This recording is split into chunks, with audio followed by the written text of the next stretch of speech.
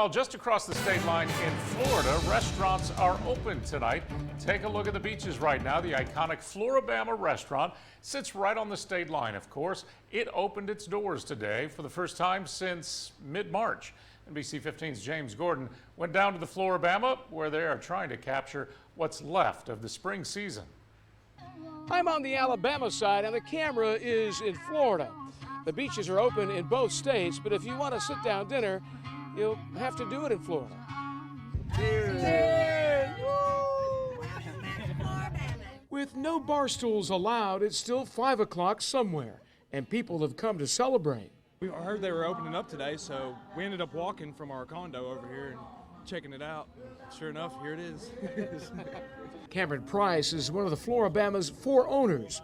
Price says he and his partners took the pandemic seriously from the very beginning, especially when they were seeing groups of 2,000 or more spring breakers in close quarters back in early March. We shut down the main Flora-Bama here and our restaurants, the main Flora-Bama a day before we had to, and the restaurants a week before we had to, because we felt like it was important enough and there was enough uncertainty out there that we wanted to do the right thing as a business. For the past month and a half, the Flora-Bama kept most of their employees on the payroll. Now that the customers are back, it's all about being safe. They are checking our temperatures to make sure that we're safe, but for my guests to feel safe, I think a mask is the best way to go. You holding my hand. A place famous for its nonstop music has also kept musicians working with virtual concerts.